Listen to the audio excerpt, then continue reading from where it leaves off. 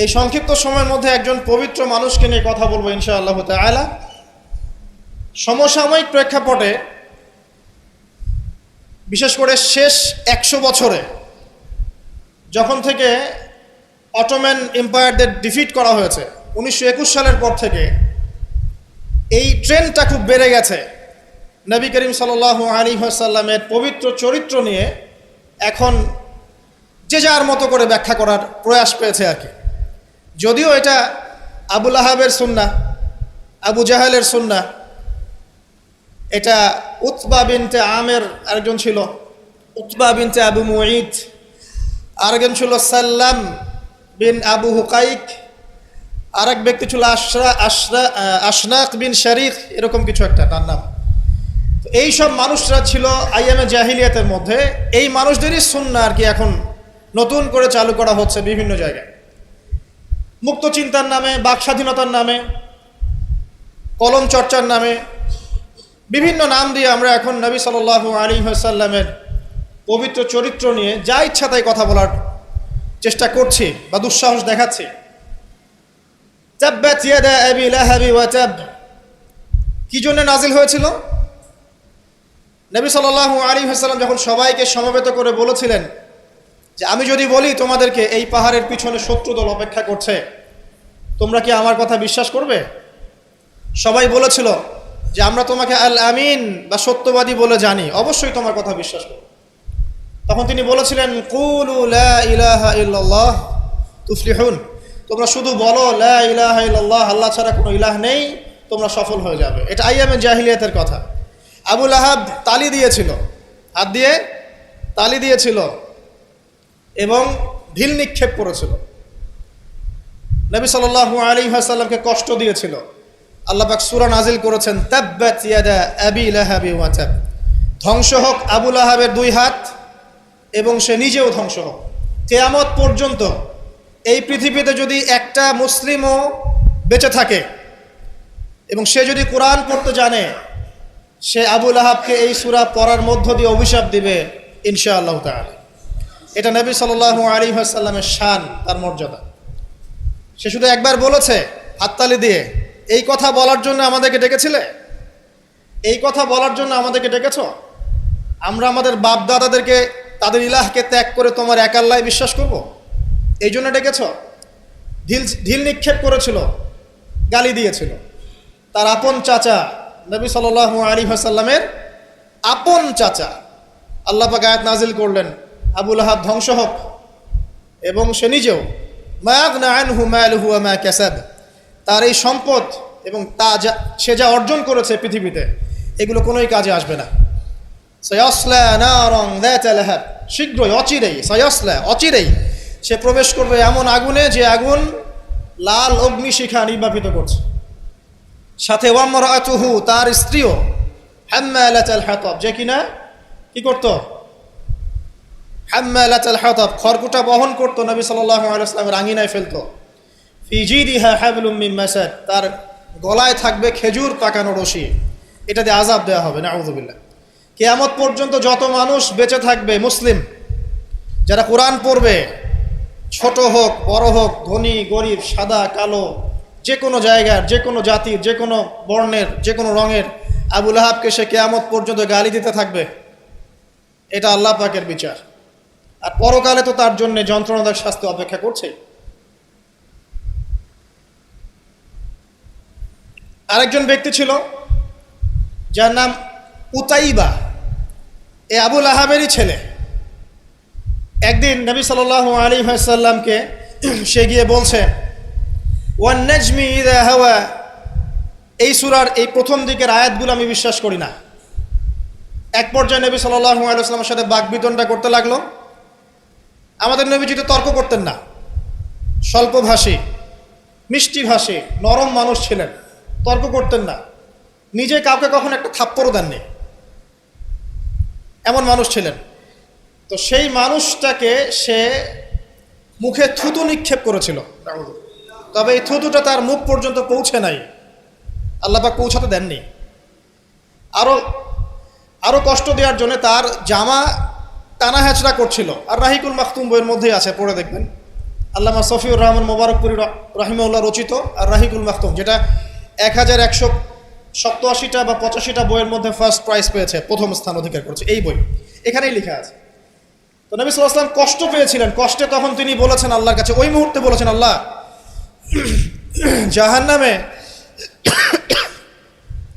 জাহান্নামে তোমার যে কুকুরগুলো আছে, জাহান্নামে কুকুর আছে আযাব দেওয়ার জন্য, এগুলোর মধ্যে একটা এর পিছনে আল্লাহ তুমি লেলিয়ে দিও।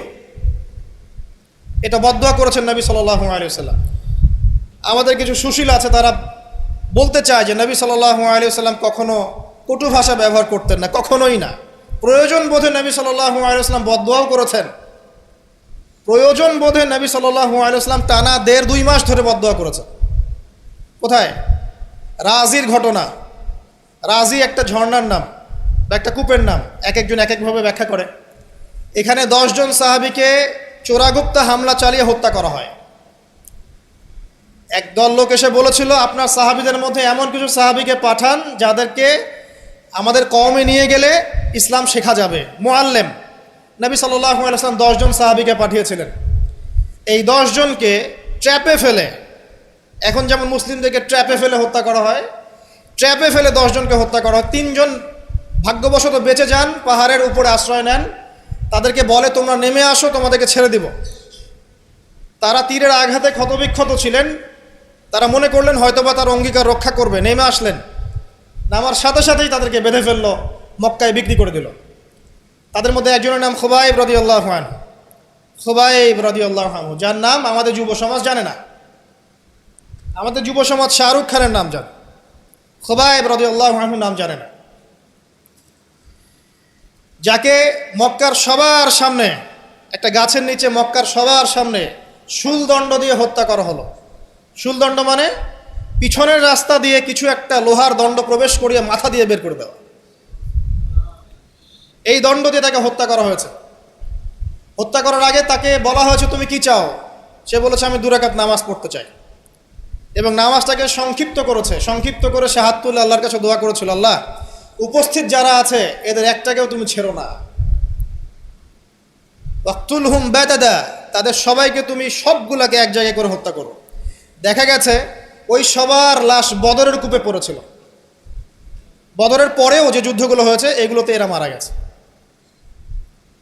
বদরের পরে যে যুদ্ধগুলো হয়েছে এর পরে এগুলো মারা গেছে। আসলে ঘটনাটা বদরের পরেই সম্ভবত। যাই হোক, আমি যেটা বলতে চাচ্ছি, খুবাইব রাদিয়াল্লাহু আনহুকে তখন অপশন দেওয়া হয়েছিল যে তোমার জায়গায় যদি মুহাম্মদ সাল্লাল্লাহু আলাইহি ওয়াসাল্লামকে হত্যা করি, তুমি কি নিষ্কৃতি নিবে?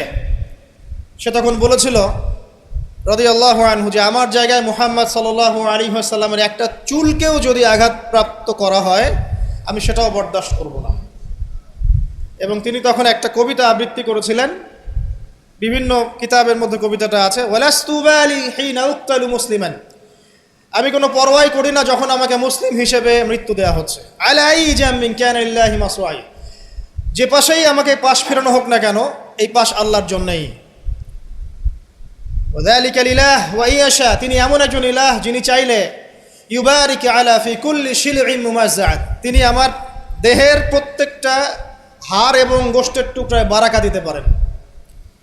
তাকে এভাবে শহীদ করা হয়।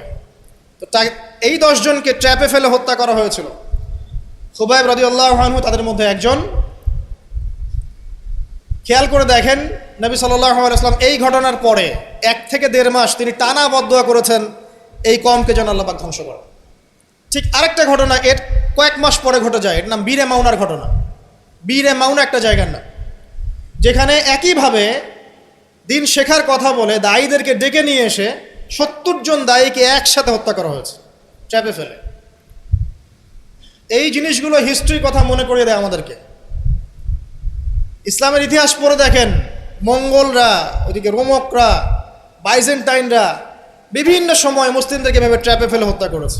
মসজিদে ঢুকিয়ে চারদিক থেকে মসজিদকে পুড়িয়ে দিয়েছে, আগুন দিয়ে দিয়েছে। এরকম অনেক ঘটনা ঘটেছে ইতিহাসে। আব্বাসীয় খেলাফতের সময় মঙ্গলরা যখন আক্রমণ করেছিল, মাত্র 40 দিনের ব্যবধানে 10 থেকে 20 লক্ষ মানুষকে হত্যা করেছে, সবাই মুসলিম। একটা কথা মনে পড়ে যায় ঘটনাটা বলতে গেলেই, ওই সময় আব্বাসীয় খেলাফতের যে মানে আমির ছিলেন বা খলিফা ছিলেন, তারা মোটামুটি দুনিয়া পূজারী হয়ে গিয়েছিলেন আর কি। দুনিয়ার যে মোহ তাদের মধ্যে ঢুকে গিয়েছে, ধন সম্পদ জমা করে করে এক একজন স্তূপ করেছিল আর কি। তো মঙ্গল যে কমান্ডার ছিল, যে হত্যা করেছে, সে আব্বাসীয় খলিফাকে তখন হেসড়ে নিয়ে এসে বলছে, কি চাও? সে বলছে, আমি পিপাসার্ত, পানি চাই। ওকে কারাগারে নিয়ে গিয়ে ওর মুখটা দুজন মিলে খুলে, দুজন দুদিক থেকে ধরে সোনার কয়েন ঢালা হয়েছে গলার মধ্যে। ও যে খাও, এগুলো পান করো। ওই মঙ্গল কমান্ডার, যে মঙ্গল, ওই যে হালাকু খায়ের নাম শুনেছেন, চেঙ্গিস খা হালাক, ওদের বংশধর, সে বলছিল যে এই যে ধন সম্পদগুলো তোমরা জমা করেছিলে, মুসলিমদেরকে বলছে, মুসলিম খলিফাকে, এই ধন সম্পদগুলো তোমরা যে জমা করেছিলে, এইগুলো যদি নিজেরা জমা না করে তোমাদের জনগণের কল্যাণে ব্যয় করতে, তারা আজকে তোমার পক্ষে যুদ্ধ করতো। এখন এগুলো খাও, পানি নাই। মঙ্গল কমান্ডারের কাছে শিক্ষণীয় বিষয় আছে না? যেটা বলছিলাম, নবী সাল্লাল্লাহু আলাইহি ওয়াসাল্লাম ক্ষেত্র বিশেষে বদদোয়া করেছেন। এই ব্যক্তির সম্পর্কে বদদোয়া করেছিলেন যে আল্লাহ আমাকে কষ্ট দিয়েছে, আমার মুখে থুতু নিক্ষেপ করতে চেয়েছে, আমার পোশাক ছিঁড়ে ফেলেছে, আল্লাহ তুমি তোমার জাহান্নামের কুকুরের মধ্যে একটা কুকুরকে দিয়ে খাইয়ে দিও। এই ব্যক্তি সিরিয়ায় গিয়েছিল ব্যবসা করতে, হঠাৎ করে রাত্রেবেলা দেখে চারপাশে বাঘ। আর এগুলো কোনো গাল গল্প নয়, হঠাৎ করে বাঘ চারপাশে। সে বলছে আমি মারা যাব। তার সঙ্গী সাথীরা বলছে যে আমরা তো এখানে আছি, কোনো সমস্যা নেই, আমরা তো কিছু দেখতে পাচ্ছি না। সে বলছে না, আমি যা দেখতে পাচ্ছি তোমরা দেখতে পাচ্ছ না। রাতের অন্ধকারে ঠিকই একটা বাঘ এসে তার গলা গর্দান ছিঁড়ে নিয়ে চলে গেছে। ওই যে বদদোয়া নবী সাল্লাল্লাহু আলাইহি ওয়াসাল্লামের, এই যে ফল। আরেকদিন নবী সাল্লাল্লাহু আলাইহি ওয়াসাল্লাম নামাজ পড়ছেন কাবার হাতিমে, সেজদা দিয়েছেন। উকবা বিন আবি মুঈত, একজন কাফের, ওই যে উটের, বড় উটের ঘটনা জানেন না, উটের নাড়ি ভুড়ি নিয়ে এসে তার গর্দানে গলায় চাপিয়ে দিল, আর পা দিয়ে নবী সাল্লাল্লাহু আলাইহি ওয়াসাল্লামের গালটাকে ঠেসা দিয়েছিল, যাতে প্রায় তার চোখ বের হয়ে আসতেছে এমন একটা অবস্থা। যদি কাউকে এভাবে চাপ দেওয়া হয় খুব জোরে, চোখটা লাল হয়ে যাবে না? এইভাবে স্পষ্ট লেখা আছে সিরাতের গ্রন্থগুলোতে। নবী সাল্লাল্লাহু আলাইহি ওয়াসাল্লামকে এই অবস্থা থেকে উদ্ধার করলেন তার মেয়ে ফাতিমা রাদিয়াল্লাহু আনহা। আল্লাহর নবী প্রচণ্ড কষ্ট পেলেন এই দিন, প্রচণ্ড কষ্ট, এবং হাত তুলে তিনি একটা একটা করে নাম উল্লেখ করতে থাকলেন। আল্লাহ, আবু জাহেল ইবনে হিশাম, উকবা বিন আবি মুঈত, উতবা, শাইবা, রাবিআ, নাম উল্লেখ করতে থাকলেন। আল্লাহ, এদেরকে তুমি ছেড়ো না, এদেরকে দেখে নিও। নবীজি একবার যখন আল্লাহর সামনে বলবেন কিয়ামতের মাঠে, আল্লাহ আমার উম্মত, আল্লাহ আমার উম্মত, আল্লাহ পাক এক দোয়াতেই নবী সাল্লাল্লাহু আলাইহি ওয়াসাল্লামকে বলবেন, তোমার উম্মতের মধ্যে যার অন্তরে সরিষা পরিমাণ ঈমান আছে ওকে বের করে নিয়ে আসো। সেই মানুষ যদি বদদোয়া করে নাম ধরে, তাদের কি অবস্থা হবে এবার চিন্তা করেন। সেই মানুষের শান, তার মর্যাদা, তার চরিত্র নিয়ে কেউ যদি কথা বলে, কটূক্তি করে, তার অবস্থা পরকালে কি হবে চিন্তা করেন। দুনিয়াতে হয়তো কিছু হবে না, হয়তো পার পেয়ে যাবে, এই দুনিয়াটা চূড়ান্ত ফলাফলের জায়গা নয়।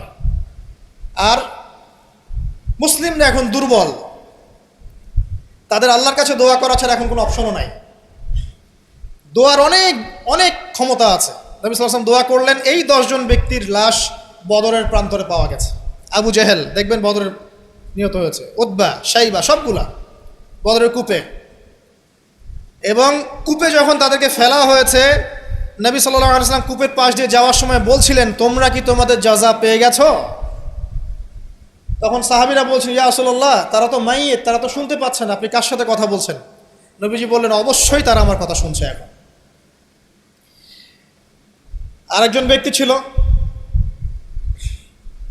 যে নবী সাল্লাল্লাহু আলাইহি ওয়াসাল্লামকে নিয়ে এই কবিতা, গল্প, নৃত্য, মেয়েদেরকে নাচাতো, এসব তৈরি করতো, মক্কা ছড়াতো। তার নাম আশনাক বিন শারিক।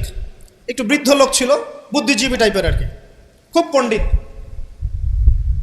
তো এই কাজ করতে থাকতো। নবী করিম সাল্লাল্লাহু আলাইহি ওয়াসাল্লাম বদদোয়া করেছিলেন, প্লেগ, বসন্ত, গায়ে পচন ধরার মধ্য দিয়ে লোকের মৃত্যু হয়েছে।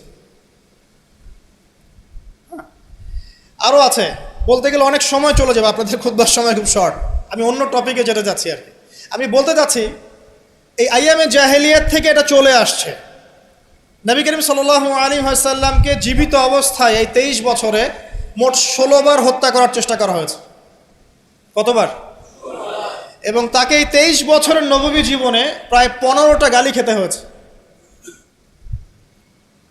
সাহের, জাদুকর, কাযযাব, মহামিথ্যাবাদী, ফারিকুল জামাত বিভক্তকারী, ঐক্য বিনষ্টকারী, অনেক কথা শুনতে হয়েছে, 15টার মতো। কাবা ঘরে যখন তিনি তাওয়াফ করছেন মক্কা বিজয়ের পর, তখনও তাকে চোরাগুপ্ত হামলা চালিয়ে হত্যা করার চেষ্টা করা হয়েছে। তিনি বসে আছেন, তার সামনে তরবারি নিয়ে গেছে, আল্লাহ ওহির মাধ্যমে জানিয়ে দিয়েছেন, তিনি বলেছেন তরবারি কি জন্য এনেছো? আমাকে হত্যা করার জন্যে। সাথে সাথে সে মুসলিম হয়েছে। ইহুদিরা ডেকেছে, এই যে বনু নাজির গোত্র, যাদের ঘটনা সূরা হাশরের মধ্যে বর্ণিত আছে, সূরা হাশরের পিছনে দেখবেন বনু নজিরের ঘটনা আছে। বনু নজির এরা ডেকেছে নবী সাল্লাল্লাহু আলাইহি ওয়াসাল্লামকে, চুক্তি নিয়ে আমরা কথা বলবো, আমরা শান্তি নিয়ে কথা বলবো, এই জন্য ডেকেছে। নবী করিম সাল্লাল্লাহু আলাইহি ওয়াসাল্লাম আবু বকর ওমর রাদিয়াল্লাহু আনহুকে নিয়ে গিয়েছেন, দেয়ালের পাশে বসেছেন, উপর থেকে পাথর ফেলে হত্যা করার চেষ্টা করা হয়েছে। আল্লাহ পাক জানিয়ে দিয়েছেন, তিনি সেখান থেকে চলে গেছেন। প্রায় 16 বার, আমার ছোট্ট গবেষণা, সিরাতের বইগুলো পড়ে দেখেন, প্রায় 16 বার তাকে হত্যা করার চেষ্টা করা হয়েছে। তাকে জীবিত অবস্থায় প্রায় 15টা গালি খেতে হয়েছে। কিন্তু প্রত্যেকটা বিষয়ের রিফ্লেকশন একই রকম ছিল না। মাক্কি জীবনে নবী সাল্লাল্লাহু আলাইহি ওয়াসাল্লাম প্রচণ্ড সবর এবং ধৈর্যের পরিচয় দিয়েছে। দোয়া করেছেন, বদদোয়া করেছেন, হেদায়েতের দোয়া করেছেন। কিন্তু মাদানী জীবনে যখন নবী করিম সাল্লাল্লাহু আলাইহি ওয়াসাল্লাম যখন একটা স্টেটের প্রধান, রাষ্ট্রপ্রধান, তার কাছে ইকোনমিক পাওয়ার, পলিটিক্যাল পাওয়ার, সামরিক পাওয়ার সব কিছু আছে, একটা সুপার পাওয়ারের মতো, ঠিক তখন তিনি এই অপবাদগুলো সহ্য করেন নাই। একজন ব্যক্তির নাম কাব বিন আশরাফ, নবী করিম সাল্লাল্লাহু আলাইহি ওয়াসাল্লাম সাহাবীদেরকে বলেছেন, ওকে মেরে চলে আসো। সাহাবীগণ এই মিশনটা বাস্তবায়ন করেছেন। পরে আরেকজন ছিলেন সাল্লাম বিল হুকাইক, আর এক ইহুদি নেতা। নবীজি একদিন বলেন, আমাকে কষ্ট দিয়েছে, কে আছো আমার মনে শান্তি দিতে পারো? 3 জন সাহাবী চলে গেলেন। খায়বারের দুর্গের মধ্যে ঢুকেই তার কেসাস করা হয়েছে। সবসময় রিফ্লেকশন একই রকম ছিল না। মক্কা বিজয়ের পরে, মক্কা বিজয়ের দিন তিনি সবাইকে ক্ষমা করে দিয়েছেন আমভাবে, শুধু কয়েক শ্রেণীর মানুষ বাদ দিয়ে, যার মধ্যে এক শ্রেণী হচ্ছে যারা নবী করিম সাল্লাল্লাহু আলাইহি ওয়াসাল্লামকে সারা জীবন বিভিন্নভাবে কথা, গান, লেখা, নর্তকী বিভিন্নভাবে তাকে কষ্ট দিত। ইবনু খাতাল নামে একজন ব্যক্তি ছিল, সে কাবা ঘরের গেলাফ ধরে ঝুলেছিল। ওই অবস্থায় আলী রাদিয়াল্লাহু আনহু তাকে হত্যা করেছে। আমি আপনাদেরকে বলছি না যে এটা সলিউশন, আমি এটা বলছি না আপনাদেরকে। আমি আপনাদেরকে বলতে চাচ্ছি, জীবিত অবস্থাতেই নবী সাল্লাল্লাহু আলাইহি ওয়াসাল্লামকে প্রায় 15টা গালি খেতে হয়েছে, তাকে 16 বার হত্যা করার চেষ্টা করা হয়েছে। কিন্তু সবসময় তার রিফ্লেকশন একই রকম ছিল না, প্রতিক্রিয়া একই রকম ছিল না।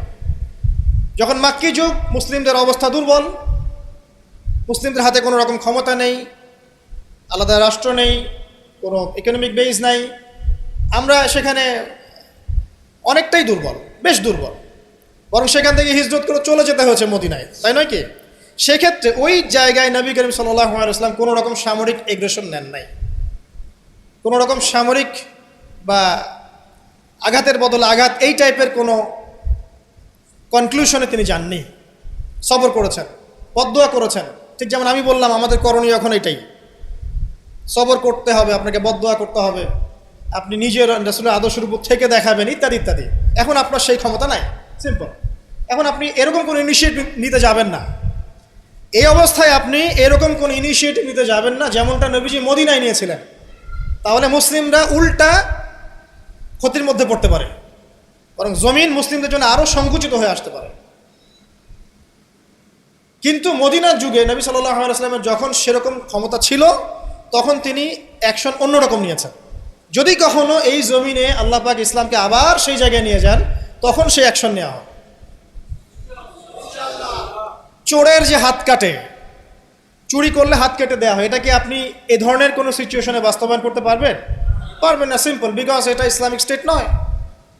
যদি কোনো জায়গায় আল্লাহ পাক পৃথিবীর কোনো জায়গায় ভবিষ্যতে কোথাও এরকম কোনো স্টেট কায়েম করেন, আল্লাহ চাইলে করতে পারেন, আল্লাহ চাইলে পারেন, যেটা এখন মোটামুটি বলতে গেলে সারা বিশ্বে কোথাও নাই। যেখানে যেখানে আছে একটু আইওয়াশ, এটা আইওয়াশই, আমার কাছে এটা আইওয়াশ। কারণ চোরের হাত কেটে যদি আমি ইহুদিদের সাথে বন্ধুত্ব করি, তাহলে এটা কতটুকু ইসলামিক রাষ্ট্র হলো সেটা আল্লাহ ভালো জানে। কথা বুঝতে পারছেন? চোরের হাত কাটলাম ঠিকই, কিন্তু আমি এদিকে আমার ইকোনমিক সেকশনে, সামরিক সেকশনে সব ইহুদি খ্রিস্টানদের সাথে আমি বন্ধুত্ব করে রেখেছি, এটা কতটুকু ইসলামিক স্টেট আল্লাহ ভালো জানে। যাই হোক, ওদেরকে নিয়ে মাথা ব্যথা নাই। বিষয়টা হচ্ছে, যদি কখনো আল্লাহ পাক এমন কোনো জায়গা দেন মুসলিমদেরকে ভবিষ্যতে, তখন চোরের হাত ঠিকই কাটা হবে, তখন ব্যভিচারের শাস্তি ঠিকই দেওয়া হবে, জেনার জন্য বেত্রাঘাত করা হবে, ইত্যাদি ইত্যাদি। কিন্তু সেটা তো আপনি এখন করতে পারবেন না। তাই এখন কোনো আত্মঘাতী অবস্থায় যাবেন না, এটা সবচেয়ে বড় কথা। আমার আগে সবচেয়ে প্রথম নসিহত, নবী করিম সাল্লাল্লাহু আলাইহি ওয়াসাল্লামকে নিয়ে অনেক কথাবার্তা হচ্ছে, চারপাশে হবে, এমন কোনো আত্মঘাতী পদক্ষেপ নেবেন না যাতে ইসলাম আরও সংকুচিত হয়, মুসলিমদের অবস্থা আরও খারাপ হয়ে যায়। এখন কি করবেন সেটা আমি আগে বলছি। প্রথম কথা হচ্ছে, এখন আপনাকে আমাকে নিজেকে আগে নবী সাল্লাল্লাহু আলাইহি ওয়াসাল্লামের সুন্নতের উপর দাঁড়াতে হবে। আমি প্রতিদিন ক্লিন শেভ করি, আর নবী সাল্লাল্লাহু আলাইহি ওয়াসাল্লামকে কেউ কটূক্তি করেছে, তাকে নিয়ে আমার মাথা ব্যথার শেষ নাই। আগে নিজের গালে দাড়ি নিয়ে আসো তুমি। আমি 5 ওয়াক্ত সালাতই আদায় করি না, ইসলামকে নিয়ে কেউ যদি ব্যঙ্গ করে, আমি এমন শোডাউন শুরু করি যাতে মনে হয় আমি একমাত্র পাক্কা মুসলিম, আর কেউ মুসলিমই না। আগে নামাজ পড়েন 5 ওয়াক্ত, নবীর সুন্নাহগুলো নিজের উপর আগে ইমপ্লিমেন্ট করেন, নিজের উপর আগে বাস্তবায়ন করেন। সবার আগে এটা কাজ আমাদের। দ্বিতীয় কাজ কি? নিজের পরিবারের মধ্যে ইসলামের নবী সাল্লাল্লাহু আলাইহি ওয়াসাল্লামের যে সুন্নাহগুলো আছে এটা বাস্তবায়ন করা। এখানে তো কেউ আপনাকে চাপ প্রয়োগ করছে না। আপনি চাইলে আপনার পরিবারটাকে ইসলামিক পরিবার হিসেবে গড়ে তুলতে পারেন। এটা আপনার প্রথম দায়িত্ব, প্রথম দিকের কাজ। নবীর সুন্নাহর উপর থেকে মানুষকেও সুন্নাহর দিকে ডাকা, এটা কাজ। নবীর আদর্শে নিজে আগে এস্টাবলিশ হয়ে দেখানো যে এটাই নবীর সুন্নাহ। আজকে আমাদেরকে দেখলে অনেক সময় মানুষ বাজে মন্তব্য করে, মুসলিমরা যে মাপে কম দিচ্ছে, মুসলিমরা মজুদ করছে, মুসলিমরা সুদ খাচ্ছে, মুসলিমরা ঘুষ নিচ্ছে, মুসলিমরা দুর্নীতি করছে, মুসলিমদের দিকে আঙ্গুল তুলছে সবাই। এই জিনিসগুলো কি নবীর আদর্শ? আমরা তো নিজেরাই নবী করিম সাল্লাল্লাহু আলাইহি ওয়াসাল্লামের আদর্শের উপর অ্যাপ্রোপ্রিয়েটলি থাকতে পারছি না, তাহলে আমরা কি সত্যিকার অর্থেই আদর্শ উম্মাহ হতে পেরেছি? আমাদের প্রথম কাজ আগে এইটা, আগে নিজের উপর এটা ইমপ্লিমেন্ট করা। দেখবেন এভাবে যখন আমরা প্রত্যেকেই নবীর সুন্নাহ মেনে চলবো, জীবনে, পারিবারিক জীবনে, ইবাদতে, অর্থনীতিতে, সমাজে, চলাফেরায়, মুআমালাতে, দেখবেন ইনশাআল্লাহ তাআলা আস্তে আস্তে আস্তে আস্তে দেখবেন পরিবেশ পরিস্থিতি সব পরিবর্তন হবে। তাই প্রথম নসিহত, অনেকেই কিছু উগ্রপন্থী কমেন্ট করে থাকেন ফেসবুকে, এইটা ওইটা, এগুলোতে যাবেন না প্রিয় ভাইয়েরা। এগুলো আমাদের দিনের জন্য উল্টা ক্ষতি ডেকে আনবে।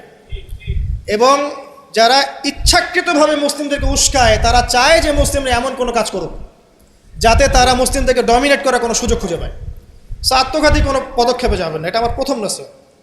এবার আসেন, আমরা কয়েকটা পয়েন্টে দেখাবো নবী সাল্লাল্লাহু আলাইহি ওয়াসাল্লাম আসলে কেমন চরিত্রের মানুষ ছিলেন, কি করেছেন, এবং দিন শেষে তিনি কি পেয়েছেন, আমাদেরকে কি দিয়ে গেছেন, এবং আমাদের বেসিক্যালি তার জীবনী নিয়ে কি কি কাজ করা দরকার। আমি জাস্ট এতটুকু কথা বলে আজকে খুব শেষ করব।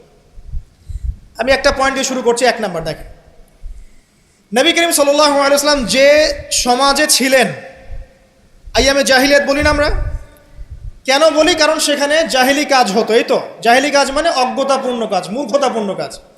তাহলে জাহেলকে যে জাহিলিয়াতের কাজ করে সেই জাহেল, আলেমকে যে ইলম অনুযায়ী আমল করে সে আলেম, একইভাবে জাহেল সে যে জাহিলিয়াতের কাজ করে। আইয়ামে জাহিলিয়াতে নবী সাল্লাল্লাহু আলাইহি ওয়াসাল্লাম যখন নবী হচ্ছেন বা নবী হওয়ার আগে পরের সময়টা আপনি একটু সিরাত ঘাটাঘাটি করে দেখবেন ওখানে মেইন সমস্যা ছিল শিরক, আল্লাহ পাকের একত্ববাদের সাথে শিরকের মিশ্রণ, 1 নাম্বার। 2 নাম্বার ছিল রিবা, সুদ। সমাজের ইকোনমি পুরো সুদ ভিত্তিক ছিল। 3 নাম্বার দেখবেন মাদক, খামার, খালি মাদকের ছড়াছড়ি। 4 নাম্বার দেখবেন এই যে নারী জাতির ফিতনা, নারীর অবমাননা, নারীকে মোটেই মূল্যায়ন করা হতো না। তবে এতটুকু বলে নেই, ওই যুগেও নারীদের পোশাকটা শালীন ছিল এই যুগের চাইতে। ওই যুগেও নারীদের পোশাকটা শালীন ছিল এই যুগের চাইতে,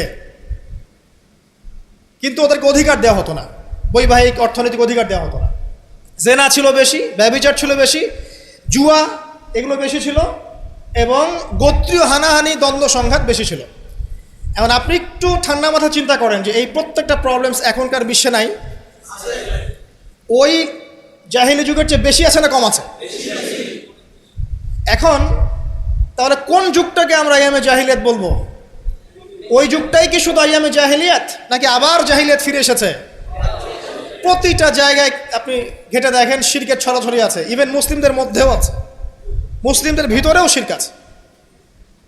প্রতিটা ডিপার্টমেন্ট ঘাটেন রিবা আর রিবা, সুদ ছাড়া আমরা চলতে পারি না। সুদ খাবো আর বলবো যে নবীকে গালি যারা দিয়েছে ওদেরকে হত্যা করো, এই কথা বলছি আমরা, তাই না? নিজে আবার সুদখোর। তুমি নিজেই তো আল্লাহ এবং তার রাসূলের সাথে যুদ্ধ করছো। আল্লাহ পাক কি বলেছেন? যে ব্যক্তি সুদ ছাড়ছে না সে কার সাথে যুদ্ধ করছে? আল্লাহ এবং তার রাসূলের সাথে যুদ্ধ করছে। তাহলে কোন মুখ নিয়ে আমি কথা বলতে পারি যখন আমি নিজেই রিবা খাই? পরিবর্তনটা কোথায় দরকার ভাই? নিজেদের আগে না? আচ্ছা, এখন দেখেন সারা ওয়ার্ল্ড রিবা কেন্দ্র। আমি এটা নিয়ে এখন ব্যাখ্যা করতে যাচ্ছি না। এরপরে মাদক, আপনারাই ভালো জানেন যে প্রত্যেকটা যুব সমাজের এই যে সেক্টর, স্কুল লেভেলের বাচ্চারা পর্যন্ত এখন ভয়াবহ সব মাদক সেবন করছে। এগুলো নামও শুনিনি আমরা কখনো। মাদকদ্রব্য নিয়ন্ত্রণ অধিদপ্তর তাদের যত কাজ করছে, ক্লান্ত হয়ে যাচ্ছে, তাও মাদক থামাতে পারছে না। প্রশাসনের লোকজন মাদকের পিছনে রেড দিতে দিতে, মিশন চালাতে চালাতে ক্লান্ত হয়ে যাচ্ছে। একটাকে ডিফেন্ড করছে, আরেকটা নতুন মাদক আসছে। দেখবেন এগুলো কি পরিকল্পিত না? একটা যুব সমাজকে ধ্বংস করার জন্যে। তো দেখেন ওই জাহেলিয়াত এখন নাই। নারীর যে ফিতনা, অবমাননা, এটা কি আগের চেয়ে বেড়েছে না কমেছে? এই সংক্ষিপ্ত সময় আমি ব্যাখ্যা করতে যাচ্ছি না, আপনারা ভালো জানেন বেড়েছে না কমেছে। মেয়েদের পোশাক, এখন মেয়েদের পোশাক আছে না ছেলেদের পোশাক? পোশাক পরেও মেয়েরা নগ্ন থাকছে না? ফ্যামিলিস্ট রেভলিউশনের কারণে মেয়েরা ছেলেদের জায়গা নিয়ে নিয়েছে না? সমাজে জেনা বেড়েছে, পরকীয়া বেড়েছে, ধর্ষণ বেড়েছে। এর বিপক্ষে পশ্চিমারা কোনো সমাধান দিতে পেরেছে? নবী সাল্লাল্লাহু আলাইহি ওয়াসাল্লামের বহু বিবাহ নিয়ে যারা কথা বলে, তাদের দেশে 91% মেয়ে ধর্ষণের, 91% যে রেপ হয়, 100% রেপের মধ্যে 91% মহিলা। এবং যাদের বয়স 20 বছরের কম, 18 বছরের কম, 18 বছরের কম প্রায় 46% সম্ভবত আমি দেখলাম মেয়ে রেপের শিকার হয়েছে। ওই সভ্যতায় যারা আমাদেরকে শিখায় যে ইসলামে বহুবিবাহ কেন নবী সাল্লাল্লাহু আলাইহি ওয়াসাল্লাম এতগুলো বিয়ে করেছেন, তারা শিখায়। বাদ দেন, ওইদিকে আমি যাচ্ছি না। মূল কথা বলছি যে এই জাহেলিয়াতের সমাজটাকে নবী সাল্লাল্লাহু আলাইহি ওয়াসাল্লাম পরিবর্তন করেছিলেন কিনা? কত বছরের মধ্যে?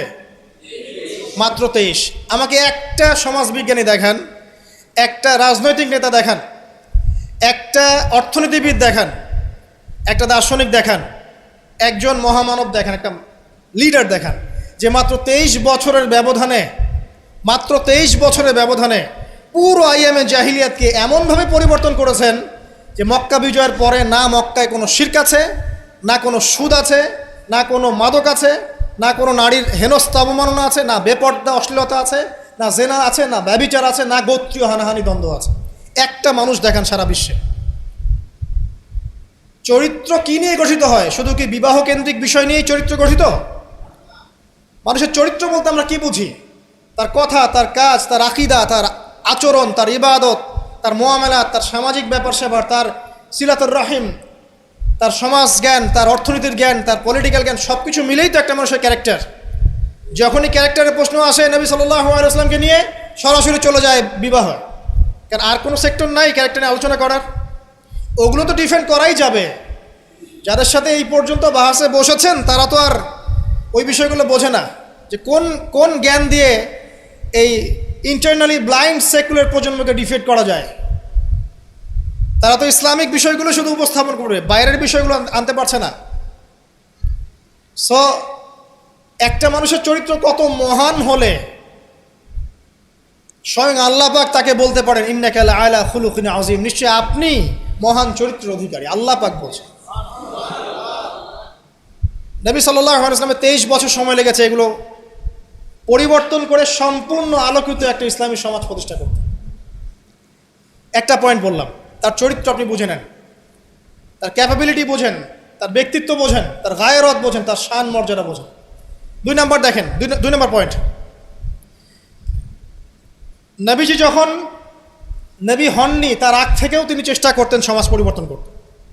হেলফুল ফিজর তৈরি করেছিলেন ইত্যাদি। 40 বছর বয়সে যখন ওহী আসলো, 40 বছর বয়সে যখন ওহী আসলো, কি আসলো? আল কোরআন এবং তার ব্যাখ্যা সুন্নাহ। এই কোরআন এবং সুন্নাহকে কাজে লাগিয়ে, এর শিক্ষা দিয়ে, এর জ্ঞানটাকে প্রচার করে, মানুষের মধ্যে এর জ্ঞানটাকে ইনস্টল করে নবী সাল্লাল্লাহু আলাইহি ওয়াসাল্লাম পুরো সমাজটাকে সংস্কার করলেন। তাহলে এই যে জ্ঞানতাত্ত্বিক বিপ্লব, আমরা যেটা কথা বলি জ্ঞানতাত্ত্বিক বিপ্লব, জ্ঞানের রেভলিউশন, জ্ঞান নিয়ে কথা বলা, শিক্ষা দেওয়া, শিক্ষার মাধ্যমে অজ্ঞতার অন্ধকার দূর করা, কে সবার আগে করেছে এই 1400 বছর হিস্ট্রিতে? যারা এখন আমাদেরকে সায়েন্টিফিক এবং টেকনোলজিক্যাল জ্ঞানের কথা বলে, ওই পশ্চিমা সভ্যতাই, তারা কতদিন হলো সভ্য হয়েছে? কতশো বছর আগে সেখানে ফরাসি বিপ্লব হয়েছে, কত শতাব্দী হলো সেখানে সায়েন্টিফিক এবং টেকনোলজিক্যাল রেভলিউশনগুলো হয়েছে? 100-200 বছর, সর্বোচ্চ 300 বছর। 1400 বছর আগে নবী সাল্লাল্লাহু আলাইহি ওয়াসাল্লাম ইকরা দিয়ে জ্ঞানের রেভলিউশন করেছে। সাহাবীদেরকে জ্ঞান শিক্ষা দিয়েছেন। কোন জ্ঞান? অভ্রান্ত সত্যের উৎস, ওয়াহির জ্ঞান। ওরা যে জ্ঞান শিখাচ্ছে সেটা কি? বস্তুবাদী জ্ঞান। এখানে পরকাল নাই, এখানে আপনার জিন নাই, মালায়েকা নাই, বেহেশত নাই, জান্নাত নাই, জাহান্নাম নাই, হিসাব নাই, মিজান ফজিলত কিছুই নাই, ঈশ্বর নাই। Godless education system. ওদের ভাষায় গড বলেছে, এটা নিয়ে আবার বিতর্কিত করেন না। কথা বলতেও ভয় পাই আমি, না জানি। আর আমি মুসলিমদেরকে বেশি ভয় পাই, কারণ তারাই বিতর্কিত করতে বেশি পছন্দ করে। গডলেস বলতে বুঝিয়েছি তাদের ভাষায় ঈশ্বরহীন একটা সিস্টেম। তো আমরা জ্ঞানের যে সিলসিলা দিয়েছি 1400 বছর আগে, ইকরা বিসমি রাব্বিকাল্লাযী খলাক দিয়ে, প্রত্যেকটা সাহাবী আবু বকর, ওমর, ওসমান, আলী থেকে শুরু করে একদম শেষ পর্যন্ত দেখবেন সবাই এই জ্ঞানের আলোয় আলোকিত হয়েই সমাজ পরিবর্তন করেছে। মক্কার 13 বছরে আমরা ছিলাম, একজন সাহাবী কি কোনো কাফেরের উপর হাত তুলেছিল? দেখাতে পারবেন? কোনো কাফেরকে একজন সাহাবী হত্যা করেছে বা আঘাত করেছে বা থাপ্পড় দিয়েছে? বরং আপনি দেখবেন শত শত কাফের তারা মুসলিমদেরকে আঘাত করেছে, নির্মম নির্যাতন করেছে। বেলাল রাদিয়াল্লাহু আনহুকে শুইয়ে পাথর বিছিয়েছে, চাবুক মেরেছে, গা পুড়িয়ে দিয়েছে, কত কি করেছে। আবিসিনিয়ায় চলে যেতে হয়েছে, তায়েফে গিয়ে নবী সাল্লাল্লাহু আলাইহি ওয়াসাল্লামকে নিজের মার খেয়ে আসতে হয়েছে।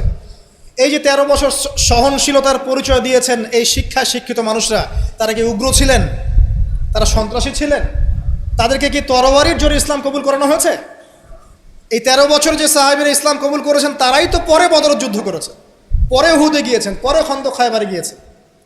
এই যে বেসিকটা তৈরি করেছি আমরা মক্কার 13 বছরে, এই 13 বছরটা কি উগ্রতা দিয়ে প্রদর্শন করা হয়েছিল? কোন রকমের আগ্রাসী মনোভাব প্রচার করা হয়েছে? কিচ্ছু করা হয়নি। শুধু জ্ঞানতাত্ত্বিক সলিউশন দেওয়া, জ্ঞান শিক্ষা দেওয়া হয়েছে, কোরআন শিক্ষা দেওয়া হয়েছে, হাদিস শিক্ষা দেওয়া হয়েছে। এই শিক্ষার মধ্য দিয়ে যখন ভিতরটা পরিবর্তন হয়েছে, তখন মানুষ আল্লাহর কাছে আত্মসমর্পণ করছে। এই ছিল আমাদের মক্কার 13 বছর। তাহলে যে জ্ঞানের কথা বলি আমরা, যে মানুষটার কাছে কোরআনের মতো কিতাব আসে, এক বাক্যে আপনি আমাকে বলেন কোরআনের একটা আয়াতকে কেউ মিথ্যা প্রমাণ করতে পারবে? কোরআন কারীমের মধ্যে যাররা পরিমাণ কি মিথ্যা আছে বা অমানবিক কোনো বিষয় আছে? মানুষ ভুলভাবে সেটাকে উপস্থাপন করে, কিন্তু যদি সঠিকভাবে উপস্থাপন করতে পারে বা সৎসাহস থাকে, কশ্চিনকালেও কোরআনে আপনি যাররা পরিমাণ ফল্ট পাবেন না। যালিকাল কিতাব লা রাইবা ফি, কোনো সন্দেহ নাই। এখন বলেন, এত পবিত্র একটা কিতাব একজন পবিত্র মহাপবিত্র সত্তার কাছ থেকে এসেছে, আর একজন জিবরাইল আলাইহিস সালাম ফেরেশতাদের লিডার, তিনি এটা বহন করে এনেছেন। এখন যে মানুষটার উপরে এটা নাজিল করা হচ্ছে, তিনি কত পবিত্র চরিত্রের অধিকারী, এখন আপনি চিন্তা করেন।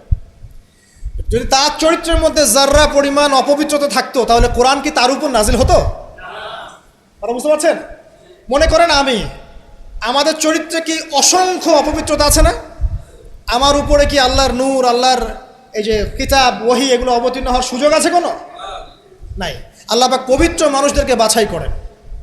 আল্লাহ রাব্বুল আলামিন সবচেয়ে পবিত্র মানুষকে বাছাই করেছিলেন মহাপবিত্র কিতাব দেওয়ার জন্য। এটাই তো যথেষ্ট তার চরিত্র ব্যাখ্যা করার জন্য। আর কি প্রয়োজন? যার কাছে কোরআন নাজিল হতে পারে, তার চরিত্র নিয়ে কথা বলার কোনো অবকাশই নাই।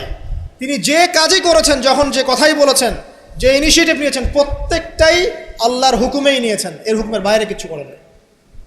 শুধু তাই নয়, তার শত্রুরা পর্যন্ত মক্কায় কখনো বলতে পারেনি তিনি মিথ্যাবাদী, তিনি মাপে কম দেন, তিনি ওয়াদা খেলাফ করেন, তিনি অমুক, তিনি তমুক। তার শত্রুরা পর্যন্ত এটা বলতে পারেনি। বরং তার শত্রুরা বলেছিল এভাবে যে তোমাকে আমরা অবিশ্বাস করি না, বরং তুমি যে কোরআনের কথা বলছো এটাকে আমরা অস্বীকার করছি। এটা 2 নম্বর পয়েন্ট। জ্ঞানের রেভলিউশন আমরা দিয়েছি, নবী সাল্লাল্লাহু আলাইহি ওয়াসাল্লাম দিয়েছে। আর এই জ্ঞান না থাকলে আপনি তো শূন্য। আমরা ঠিকই তো আছি জ্ঞানের উপরে। আর একটা বিষয় সবার কান খুলে শুনে রাখা উচিত, পবিত্র কোরআন এবং সহিহ সুন্নাহ বা নবী সাল্লাল্লাহু আলাইহি ওয়াসাল্লামের সুন্নাহর মধ্যে এমন কোনো বিষয় নাই যেটা ব্যাখ্যা করা হয়নি। এটা মানতে যদি আপনার আপত্তি থাকে, আমরা আপনার সাথে লড়াই করব না, আমরা আপনার সাথে ঝগড়া করব না, বিবাদ করব না, আপনাকে আঘাতও করব না। কিন্তু আপনাকে বিনয়ের সাথে বলবো, আপনি আরও 10 বার স্টাডি করেন, আপনি আরও 10 বার স্টাডি করেন, কোরআন এবং সুন্নাহকে আরও 10 বার স্টাডি করেন। আপনি খুঁজে পাবেন ইনশাআল্লাহ কোরআন এবং সুন্নাহর মধ্যে কোনো রকমের ভুল ত্রুটি, মানবতা বিরোধী কিচ্ছু নেই। আল্লাহ পাক আমাদের সবাইকে বোঝার তৌফিক দান করুন। এগুলো রাখেন তো ভাই, কে বুদ্ধি দিচ্ছে? আপনি রাখেন, এটা রাখেন।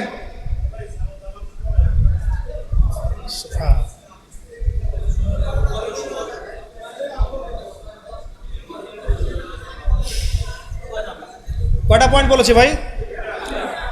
শেষ করছি, সময় কম। তৃতীয় পয়েন্ট শোনেন, তৃতীয় পয়েন্টটা শোনেন।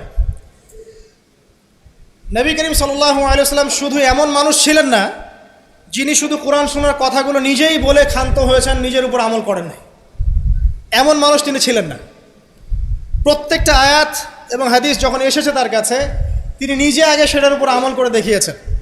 দেখেন, একজন মানুষ দিন প্রচার করছেন, একজন মানুষ যিনি পরিবার চালানোর জন্যে রুজি রোজগারের চেষ্টা করছেন, একজন মানুষ তিনি পিতার দায়িত্ব পালন করছেন, একজন মানুষ তিনি স্বামীর দায়িত্ব পালন করছেন। নবী সাল্লাল্লাহু আলাইহি ওয়াসাল্লামের স্ত্রীরা কি তার প্রতি অসন্তুষ্ট ছিল? একজন মানুষ যিনি আবার যখন মদিনায় গেছেন তখন সেখানকার সামরিক বিষয় ডিল করছেন, পররাষ্ট্রনীতি অ্যাপ্লাই করছেন, রাজা বাদশাদের কাছে ইসলামের দাওয়াত দিচ্ছেন, যখন প্রয়োজন হচ্ছে তখন বদরের মাঠে তিনি অস্ত্র ধরছেন। একজন মানুষ যে এতগুলো কাজ করছেন, এই ভার্সেটাইল ক্যারেক্টার পাওয়া যাবে একটা মানুষ দেখান মহাবিশ্বে। একটা মানুষকে দেখান যার কাছে এই চরিত্রের সবগুলো দিক আছে, যিনি একজন আদর্শ পিতা, আদর্শ নেতা, আদর্শ অর্থনীতিবিদ, আদর্শ ফিলোসফার, আদর্শ পলিটিশিয়ান, আদর্শ লিডার, কমান্ডার। একটা মানুষ দেখান যার মধ্যে এই সব গুণাবলীর সংমিশ্রণ আছে। তারপরেও কি ব্যাখ্যা করতে হবে যে এই মানুষের চরিত্র আল্লাহ পাক কর্তৃক সার্টিফাইড, এই মানুষ আল্লাহর কর্তৃক মনোনীত একজন বান্দা? আর তো কিছু প্রয়োজন নাই। আবার নিজের উপর আমল দেখেন, এত কিছুর পরেও নিজে রাত জেগে তাহাজ্জুদ পড়ছেন, পা ফুলিয়ে ফেলছেন, সবচেয়ে বেশি জিকির করছেন, সবচেয়ে বেশি তেলাওয়াত করছেন, সবচেয়ে বেশি রোজা রাখছেন, সবচেয়ে বেশি নামাজ পড়ছেন, শুধু কথা বলেই ক্ষান্ত থাকছেন না, নিজেও আমল করছেন এবং সবচেয়ে সেরাটা করছেন। এমন একজন মানুষকে খুঁজে দেখান যে শুধু বড় বড় কথা নিজে বলেই না, বরং আমল করেও দেখায়। বহু অর্থনীতিবিদ আছে দেখবেন অনেক বড় বড় কথা বলবে, নিজেই সুদখোর। বহু দেখবেন পলিটিশিয়ান আছে বড় বড় কথা বলবে, নিজেই করাপ্টেড, দুর্নীতিবাজ। বহু দেখবেন সোশ্যাল নেতা আছে অনেক বড় বড় সামাজিক রেভলিউশনের কথা বলে। আপনি দেখবেন এই নবী সাল্লাল্লাহু আলাইহি ওয়াসাল্লামের এই সোনালী সমাজকে সে মূল্যায়ন করছে না।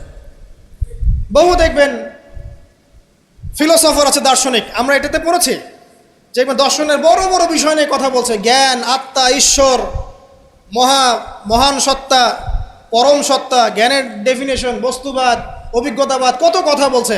দেখবেন শেষে গিয়ে একটা কনক্লুশনও আসতে পারে নাই আজ পর্যন্ত। জ্ঞান আসলে কি এটার ব্যাখ্যাতে আসতে পারে নাই, একটা কনক্লুশন আসতে পারে নাই। আমরা যখন বলছি জ্ঞান মানে ওয়াহি, আল্লাহর ওয়াহি হচ্ছে চূড়ান্ত জ্ঞান, সিম্পল, শেষ, ফুল স্টপ। আল্লাহর ওয়াহি হচ্ছে চূড়ান্ত জ্ঞানের উৎস, আল্লাহর ওয়াহি হচ্ছে চূড়ান্ত জ্ঞানের উৎস, ফুল স্টপ। এটা আমাদের কমপ্লিমেন্ট, আমাদের আকিদা, মানহাজ। আর তাদেরকে দেখবেন জ্ঞান মানে বুদ্ধি, জ্ঞান মানে অভিজ্ঞতা, জ্ঞান মানে সমন্বয় ইত্যাদি বলতে বলতে মুখের ফেনা উঠে যাচ্ছে, কোনো কনক্লুশন আসতে পারছে না কেউ। নবী সাল্লাল্লাহু আলাইহি ওয়াসাল্লাম এমন একজন মানুষ ছিলেন যিনি সব কিছু শুধু আলোচনা করেই, ব্যাখ্যা করেই আর মানুষকে দাওয়াত দিয়ে ক্ষান্ত ছিলেন না, বরং তিনি কাজ করে দেখিয়েছেন। অ্যাজ এ ফিলোসফার তিনি সফল, অ্যাজ এ পলিটিশিয়ান সফল, অ্যাজ এ সামরিক লিডার তিনি সফল, একজন কূটনীতিবিদ তিনি সফল, সমাজবিজ্ঞানী তিনি সফল, অ্যাজ এ ফাদার তিনি সফল, অ্যাজ এ হাজব্যান্ড তিনি সফল। কি চাচ্ছেন? একজন মানুষের মধ্যে এত কোয়ালিটি থাকার পরেও তার চরিত্র নিয়ে কথা বলছেন। ওই যে বিয়ে, আয়েশা রাদিয়াল্লাহু আনহাকে কেন বিয়ে করলেন এত কম বয়সে? আপনি কি জানেন রবীন্দ্রনাথ ঠাকুরের বাবা কত বছর বয়সে বিয়ে করেছেন? আপনি কি জানেন রবীন্দ্রনাথ ঠাকুর নিজে কত বছর বয়সে বিয়ে করেছেন? এবং যাকে বিয়ে করেছেন তার বয়স কত ছিল? সে তো আপনাদের ট্যাগর। তিনি বিয়ে করেছেন 17 বছর বয়সে বা 18 বছর বয়সে, এবং তার স্ত্রীর বয়স ছিল 11 বছর। কই, এটা নিয়ে তো কোনো কথা বলেন না কখনো। সুবহানাল্লাহ, এটা বলতে গেলেও সময় চলে যাবে। তাওরাত, ইহুদিরা কথা বলে এখন এগুলো নিয়ে। তালমুদ, ওদের একটা কিতাব আছে তালমুদ, ওখানে এমনও লেখা আছে যে 9 বছরের নিচে মেয়েকে বিয়ে করাটা পুণ্যের কাজ। নেন, ইহুদি ওল্ড টেস্টামেন্টেও আছে এটা। মনুসংহতি একটা কিতাব আছে, বই, কিতাব বলা ঠিক হবে না, সেখানেও এসেছে মেয়ের যখন বয়স মানে বয়সন্ধিকালে আসবে, স্রাব ঋতুস্রাব হচ্ছে, তাকে বিয়ে দিতে হবে। আমরা রামায়ণ পড়েছি, একটু জিজ্ঞাসা করবেন ওদেরকে বিনয়ের সাথে, আচ্ছা আমাকে কাইন্ডলি বলেন, রাম আর সীতার যখন বিয়ে হয়েছে সীতার বয়স কত ছিল? যদি সে অনেস্ট হয়ে থাকে তাকে অ্যান্সার করতে বলেন। কত বছর বলেন? কত বছর? 7 বছর। নেন এবার, বহু বিবাহ নিয়ে কথা বলছেন, আপনাদের অবতারদের হিস্ট্রি ঘেটে দেখেন কতটা করে বিয়ে করেছে। কি বুঝাতে যাচ্ছেন? মানে একটা মানুষের চরিত্র ব্যাখ্যা করার জন্য একটা অপশন, সেটা হলো মেয়ে, নারী, ওইটা দিয়ে টান দিলেই মানে চরিত্র কালার করা যায়। সবচেয়ে বড় কথা শোনেন, হাদিসটা সহিহ বুখারীতে এসেছে, কিন্তু সবচেয়ে বড় কথা হচ্ছে অনেক স্কলার মুসলিম বিশ্বের, তারা কিন্তু এর সাথে অনেক সময় দ্বিমত পোষণ করেছেন যে সত্যিকার অর্থে আয়েশা রাদিয়াল্লাহু আনহার বয়স তখন 9 ছিল কি না, এটা নিয়ে অনেক কথা আছে। আমি শুধু না, অনেকেই কথা বলেছে, হিস্ট্রি ঘেটে দেখেন, অনেক আলেম কথা বলেছেন। কেউ বলেছেন তখন বয়স ছিল 15, কেউ বলেছেন 17, কেউ বলেছেন 18, একজন তো গাণিতিক হিসাব মিলিয়ে দেখিয়েছেন যে বয়স ছিল তখন 18। আর একটা কথা আসলেই চোখ বন্ধ করে এটাকে হজম করে নিয়ে আমরা এটাকে ডিফেন্ড করার চেষ্টা করি। সুবহানাল্লাহ। বাদ দেন, ওইদিকে যাচ্ছি না। আমরা এই বিষয়গুলোকে নিয়ে তর্ক করার জন্য খুতবার আয়োজন করছি। তার চরিত্রের যে মৌলিক বিষয়গুলো, এগুলো সমাজের সামনে উপস্থাপন করাটা মূল উদ্দেশ্য। আমি 3টা পয়েন্ট বলেছি, আরেকটা পয়েন্ট বলছি শোনেন। নবী করিম সাল্লাল্লাহু আলাইহি ওয়াসাল্লাম এই যে 23 বছরের জীবনীটা কথা বলেছি, প্রথম 3 বছর গোপনে দাওয়াত দিয়েছেন, এরপর প্রকাশ্যে দাওয়াত দিয়েছেন, ধৈর্যশীল ছিলেন, সবর করেছেন, মার খেয়েছেন, নিজের মাতৃভূমি ছেড়ে চলে গেছেন, সেখানে তাকে আল্লাহ পাক ক্ষমতা দিয়েছেন। আমি আপনাকে তার স্যাক্রিফাইসগুলো দেখাচ্ছি, একটু স্যাক্রিফাইসগুলো দেখেন। তিনি কি ভালো ঘরের সন্তান ছিলেন না? তার কি টাকা পয়সার অভাব ছিল? তার স্ত্রী খাদিজা রাদিয়াল্লাহু আনহা, যাকে তিনি 40 বছরের একজন নারীকে তিনি বিয়ে করেছেন, এই জায়গায় কিন্তু তাদের কোনো কথা নাই, আছে? যখন তার বয়স মাত্র 25 বছর, কোন 25 বছরের যুবক 40 বছরের নারীকে বিয়ে করতে চাইবে? এবং তিনি যতদিন জীবিত ছিলেন ততদিন তিনি আরও স্ত্রী গ্রহণ করেন নাই। বাদ দেন, তার কিন্তু টাকা পয়সা, আধিপত্য, প্রতিপত্তি, বংশের এগুলোর গৌরবের অভাব ছিল না। তারপরেও তার স্যাক্রিফাইসগুলো দেখেন। তিনি মার খাচ্ছেন, তার দাঁত শহীদ হচ্ছে, তার রক্ত ঝরছে, তায়েফে তার রক্ত দিয়ে জুতা আটকে গেছে, তাকে গালি খেতে হচ্ছে, তাকে হত্যা চেষ্টা সহ্য করতে হচ্ছে, আত্মীয় স্বজন তাকে ছেড়ে চলে যাচ্ছে, তাকে অর্থনৈতিক বয়কট করা হচ্ছে, গাছের ছাল পাতা খেয়ে শিয়ারে আবু তলেবে 3 বছর তিনি সময় কাটাচ্ছেন, নিজের মাতৃভূমি ছেড়ে চলে যেতে হচ্ছে, কষ্ট, যুদ্ধ করতে হচ্ছে, না খেয়ে থাকতে হচ্ছে, খন্দকের যুদ্ধে নিজের এই পেটের মধ্যে পাথর বেঁধে থাকতে হচ্ছে, পরপর 3 দিন তার ঘরে চুলা জ্বলছে না, তার ঘরে খাবার নাই, এই খেজুরের রস খেয়ে তিনি জীবনযাপন করছেন, তার স্ত্রীদের ঘরেও খাবার নাই। একজন মুসাফির এসেছে, খাবার চাচ্ছে, তিনি বলছেন দেখো আমার স্ত্রীদের ঘরে খাবার আছে কিনা। প্রত্যেকটা স্ত্রীর ঘর সার্চ করে একটা খাবার পাওয়া গেল। স্যাক্রিফাইস করছেন, ঘুম নাই, বিনিদ্র রজনী যাপন করছেন। এই যে শারীরিক কষ্ট, মানসিক কষ্ট, অর্থনৈতিক কষ্ট, দেশ ত্যাগ করা, এই যে কঠিন সবর, সংগ্রাম, মুজাহাদা, তার স্বার্থটা কি আমাকে বল? তার কি স্বার্থ? এখানে নবী সাল্লাল্লাহু আলাইহি ওয়াসাল্লামের ব্যক্তি স্বার্থটা কোথায়? তাকে তো আল্লাহ পাক মাকামে মাহমুদ দিয়েছেন, জান্নাতের সর্বোচ্চ মাকাম আল্লাহ পাক তাকে দিয়েছেন। ইন্না আতাইনাকাল কাউসার, তোমাকে আমি কাউসার দিয়েছি, সম্মান দিয়েছে, মর্যাদা দিয়েছে। আলাম ইয়াজিদকা ইয়াতীমান ফাআওয়া ওয়া ওয়াজাদাকা দাল্লান ফাহাদা ওয়া ওয়াজাদাকা আইলান ফাগনা। আছে না সূরা? আলাম নাশরাহ লাকা সাদরাক ওয়া ওয়াদা'না আনকা ওয়িজরাক আল্লাযী আনকাযা যাহরাক ওয়া রাফা'না লাকা যিকরাক। তার জিকির, তার স্মরণকে সম্মানিত করা হয়েছে। সারা দুনিয়ার মানুষ তার নাম শুনলে সাল্লাল্লাহু আলাইহি ওয়াসাল্লাম পড়ে। প্রত্যেকটা মুসলিম এই উম্মতে মুহাম্মাদের মধ্যে, মুসলিম বা নন মুসলিম, হুয়েভার হি ইজ, তার মৃত্যুর পরে তার চেহারা তাকে দেখানো হবে, বলা হবে এই ব্যক্তিকে যাকে তোমাদের কাছে পাঠানো হয়েছে। তিনি আমাদেরকে ভাই বলে সম্বোধন করছেন। তিনি বলছেন, কাশ আমি আমার ভাইদেরকে দেখতে পেতাম। সাহাবীরা বলছেন, আমরা কি আপনার ভাই নই? তিনি বলছেন, না, তোমাদের পরে যারা আসবে আমাকে না দেখেই বিশ্বাস করবে এরা আমার ভাই। সব নবীকে দোয়া কবুলের এখতিয়ার দিয়ে দেওয়া হয়েছে। সব নবী দোয়া দুনিয়ায় করে ফেলেছেন। আমাদের নবীজি এত কষ্ট করার পরেও দুনিয়াতে দোয়া করেন নাই। তিনি পরকালে দোয়াটা জমা রেখেছেন, সেটা শাফাআত, আমাদের সবার জন্য শাফাআত করবেন তিনি ইনশাআল্লাহ। এই শাফাআতে সমস্ত কবিরা গুনাহগার ব্যক্তি জান্নাতে যাবে। আমাকে বলেন, সব নবী যখন ইয়া নাফসি করবে, স্বয়ং নবীরা পর্যন্ত, এই নবীর মধ্যে আদম আছেন, নূহ আছেন, মূসা ঈসার মতো নবী আছেন আলাইহিমুস সালাম, ইব্রাহিম আলাইহিস সালামও আছেন, আবুল আম্বিয়া ওয়াল মুরসালিন। তখন তিনি বলবেন, ইয়া উম্মতি ইয়া উম্মতি। এখন আমাকে বলেন তার স্বার্থ কোথায়? তিনি যে এত হিউজ একটা স্ট্রাগল করলেন সারাটা জীবন ধরে। আমি আপনাকে তার স্ট্রাগলের সর্বশেষ নমুনাটা বলছি। একদম মৃত্যু শয্যায় যখন তার মৌতের যন্ত্রণা উঠেছে, তিনি বলছেন মৃত্যুর যন্ত্রণা প্রচণ্ড, তিনি এই কথা বলছেন আর চেহারাটা মুছছেন পানি দিয়ে। তখন ফাতিমা রাদিয়াল্লাহু আনহা এসে বলছেন, আমার বাবার কষ্ট, আমার বাবার কষ্ট। আর ফাতিমা রাদিয়াল্লাহু আনহাকে তিনি কানে কানে একটা কথা বললেন। ফাতিমা রাদিয়াল্লাহু আনহা হাসতে শুরু করলেন। তখন আয়েশা রাদিয়াল্লাহু আনহা পরে জিজ্ঞাসা করেছিলেন যে, কি বলেছে তোমাকে তোমার বাবা? তিনি বলেছিলেন যে, আমাকে আমার বাবা বলেছে যে এই যন্ত্রণায় তার ইন্তেকাল হবে। তখন আমি কাঁদতে শুরু করলাম। তারপরে আমাকে তিনি বললেন, আমার পরিবারের মধ্যে তুমি সবার আগে আমার সাথে দেখা করবে জান্নাতে। তখন আমি হাসতে শুরু করলাম। এই জায়গায় একটা ঘটনা ছিল, সেটা হলো যখন তিনি প্রচণ্ড কষ্ট করছেন মৃত্যুর যন্ত্রণায়, ফাতিমা রাদিয়াল্লাহু আনহা তিনি বলছেন, আমার বাবার কষ্ট। নবী সাল্লাল্লাহু আলাইহি ওয়াসাল্লাম বলছেন, শোনো ফাতিমা, লিসেন, এই স্টেটমেন্টটা খুব ভালো করে শোনেন এবং মন থেকে উপলব্ধি করার চেষ্টা করেন। তিনি বলেছেন, হে ফাতিমা, আজকের পর থেকে তোমার বাবার কোনো কষ্ট থাকবে না। আমার কথা বুঝতে পারছেন না? আজকের পর থেকে তোমার বাবার কোনো কষ্ট থাকবে না, মানে আজকে তিনি জান্নাতুল ফিরদাউসে চলে যাবেন। এই যে 23 বছর তিনি ছিলেন নবী হিসেবে, প্রতিটা দিন রাত তাকে দিনের জন্য কষ্ট করতে হয়েছে। শারীরিক কষ্ট, মানসিক কষ্ট, খাদ্যের কষ্ট, বাসস্থান। আচ্ছা, আমরা তো অনেক কথা বলি অনেক নেতাদেরকে নিয়ে, অনেক দার্শনিক, বিজ্ঞানী, সমাজবিজ্ঞানী, ফিলোসফার, বুদ্ধিজীবী ইত্যাদি। আমাদের যা আছে আমরা একটু মিলাই। নবী সাল্লাল্লাহু আলাইহি ওয়াসাল্লামের কী ছিল? এই মহান নেতা যিনি সারা জীবন কষ্ট করলেন, শেষে ফাতিমা রাদিয়াল্লাহু আনহাকে বলছেন, আজকের পর কোনো কষ্ট থাকবে না, আজকেই শেষ, সব কষ্ট আজকেই শেষ হয়ে যাবে। এই ব্যক্তির কি বাড়ি ছিল ডুপ্লেক্স? এই ব্যক্তির কতটুকু জমি ছিল? এই ব্যক্তি কতটুকু খাবার খেয়েছে প্রত্যেক দিন? এই ব্যক্তির কয়টা আলিশান জামা ছিল আমার মতো, আপনার মতো?